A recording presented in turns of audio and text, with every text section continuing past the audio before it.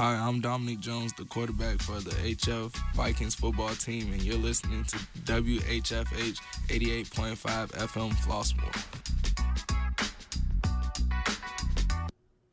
Hello, ladies and gentlemen. Ben Hilgen here, and you're listening to WHFH 88.5 FM Flossmoor. Football has been a staple at Homewood Flossmoor High School for the past 10 years, and much of that is due to the head coach, Craig Buzea. The larger-than-coach, better known as Buzz, had the surprise of a lifetime when the season ended this past year. After the Vikings' quarterfinal loss to Lincoln Way East, Coach Buzz told his wife he needed to go to the hospital because he wasn't feeling right. After a series of tests over a couple of weeks, his diagnosis finally came in: acute leukemia. For the next 2 months, Buzz was in the hospital, undergoing chemo and a series of other medical treatments. Today, Coach Buzz joins us on WHFH to talk about his story and to shed some positive news as well. Coach, thanks for joining us. How you doing? I'm doing great, Ben. Thanks for having me. So, Coach, let's start from the beginning. While in the postseason this year, you started to feel exhausted and drained. Did you ever think that this fatigue would lead to acute leukemia? Well, not at all. Each and every year, just about playoff time, you start to get drained, you start to get beat down a little bit just because of the number of hours you've put in throughout the season. And this was no different. As we continued to move on, I felt it was getting worse and worse, and needed to get it looked at, and that's what we did. It took a while to find out exactly what it was, and then we got the news that it was leukemia. So it was definitely a surprise for us. Just weeks earlier, you had some blood work done and everything came back normal. So how did you and your family react when you first heard the news? Yeah, it was shocking. You try to take care of yourself and get your regular checkups, which we did, and it's just one of those things that you can't control. And once you hear that that's what it is, you got a couple of choices. You could either sit around and feel sorry for yourself, or tell the doctor, let's go. What's the plan, and go ahead. And we've chose to do that, and things are progressing in a positive manner. Good. We're here with head football coach Craig Buzea on WHFH 88.5 FM. The phone lines are open, so if you have any questions for Coach, feel free to call in at 708-335-5173. Coach, you had to go through chemo 24 hours a day for a whole week. What was that week like, if you can put it into words? Well, something obviously I had not encountered or had to go through before that. So it was one of those things that, to be quite honest, the first couple of days, I was sort of out of it and didn't know exactly what was going on, and started to come around probably halfway through the chemo treatment, and luckily for me, I handled it relatively well.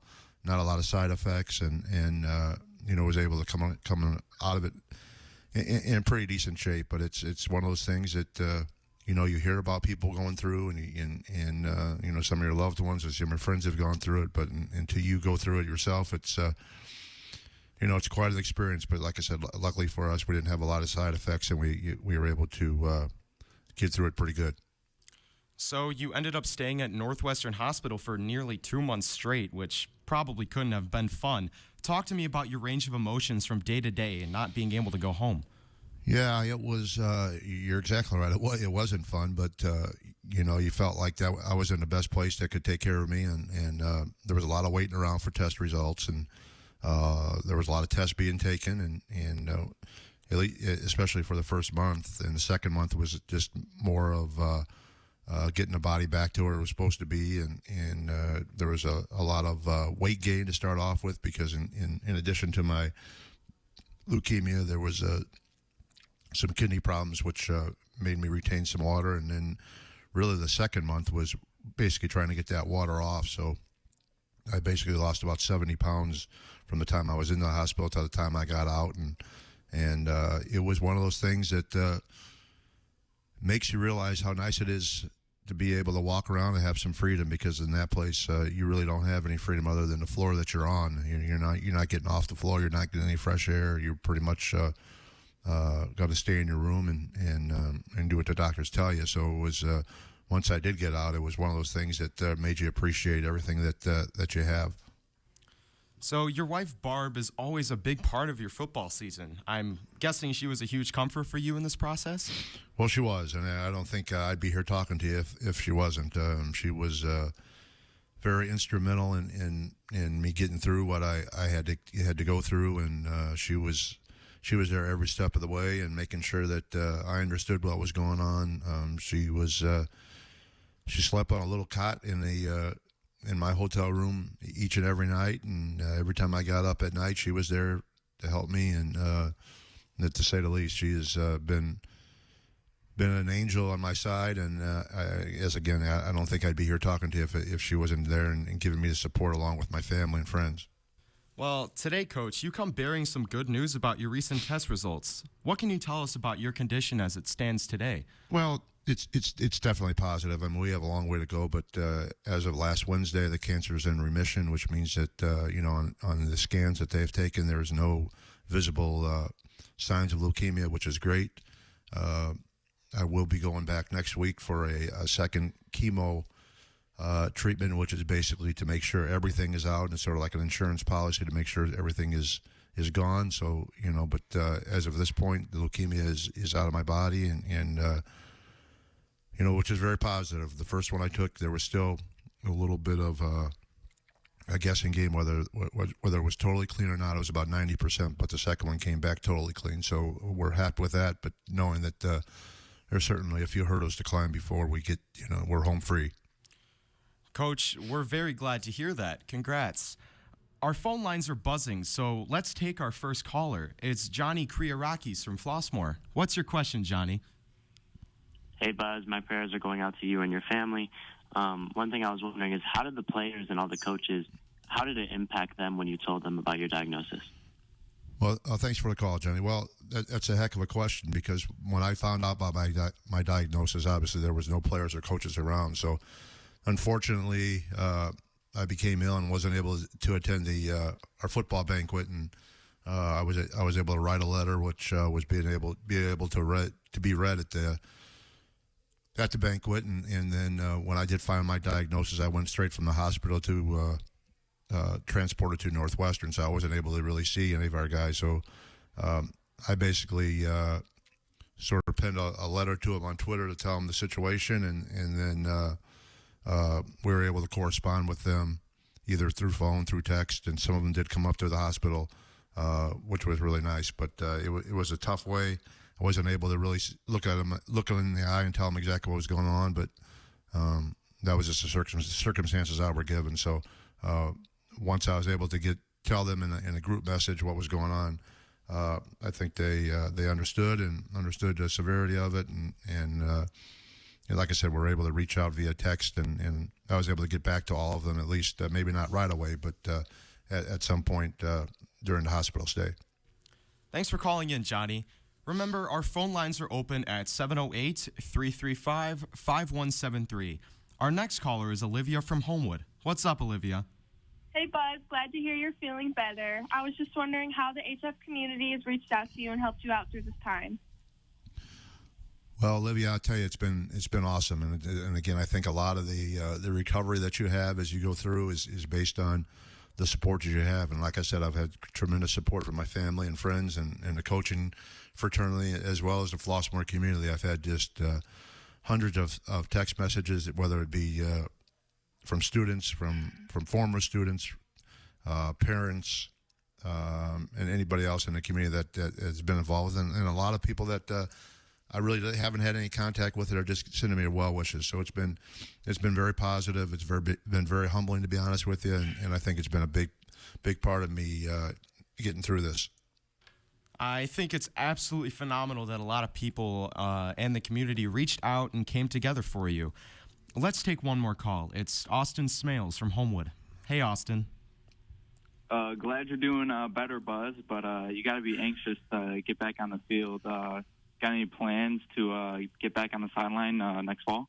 Well, there's no question about it. My first and foremost is to get healthy and be able to get back to working with our guys, because I think that's the one thing that goes that's missing a little bit. Is I'm used to seeing our guys each and every day, whether it's first period or after school or just having some contact, and being able to talk to them and sit down and you know, I haven't had that opportunity. I've had a couple of guys that have come over to the house and visited, and a couple of guys that were up in the hospital. But, you know, as far as the team goes, just have not had that opportunity to really interact. And I think coaching and teaching is all about relationships, and I've been very fortunate to build some great relationships with our guys, and that's what I missed the most, and that's what I'm really looking forward to getting back to, and being able to interact with them and talk to them, and then obviously get back on the sidelines in the summer and the fall. And that's sort of that's the plan right now, and hopefully things go in that direction.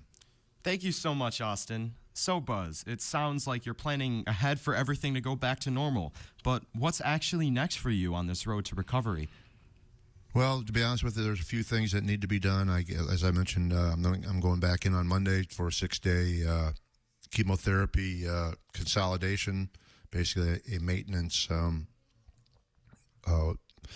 chemotherapy to make sure everything is done and everything is killed, and then after that we'll wait and hopefully wrap this up with a bone marrow transplant, which will be something that needs to be done before I'm able to get on with my regular life. And fortunately for us, they found 5 donors right now that's a match for me. So once we get that done, that's where we'll move on to next as far as is the transplant. So like I said, it's nice to be in remission right now, but there's a long way to go, and you know, we're looking forward to the progress moving forward. I'm sure the battle was incredibly tough for you and your entire family.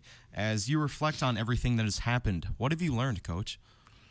Well, there's a couple things. Number one, it's you know, everybody thinks that it can't be me, and you know, so you hear about all these things that happen to other people, and what I've learned is it can be you, and when it does happen to you, whether you're the healthiest person in the world or you're not, when it happens to you, you got to be ready to face it, and you got to be able to do some things that maybe you're not ready for, but you know, you don't have a lot of time to discuss, and so that's probably the main thing. And second of all, you learn exactly who your friends are, and you learn some things about some people and how supportive they can be. Because I think, again, standing at a hospital and walking around the leukemia floor and seeing all these people and empty rooms and not a lot of people in there at all, and they don't have a lot of support. And fortunately, I was one of those that had a tremendous support and had just a you know, person after person coming in and seeing me and spending some time with me and giving me some well wishes and helping me out of the bed when I needed help and helping me, you know, walk when I needed help. You really find out those special people in your life that are going to help you, and that was really eye opening and you know, something that I'll never forget. Well, Coach, you look great, you sound great, and we truly appreciate you joining us today and letting us in on everything that's happened in your life. A lot of people care about you and are pulling for you, and we wish nothing but the best for you and your family. Ben, I appreciate it, and I'd like to say the same thing to the community and anybody listening, that we are overwhelmed with the support, and we appreciate it. And just a little text or you know, email or something like that has gone a long way in helping us fight this, and we're going to continue to fight it. And any support we get, we're truly humbled and grateful to get it. So I also appreciate you reaching out to me today and let me tell the story. I can't wait to see this guy back on the sidelines this fall. Thanks again to Coach Craig Buzea, a Viking who truly bleeds red. This has been an inside look on WHFH 88.5 FM. I'm Ben Hilgen.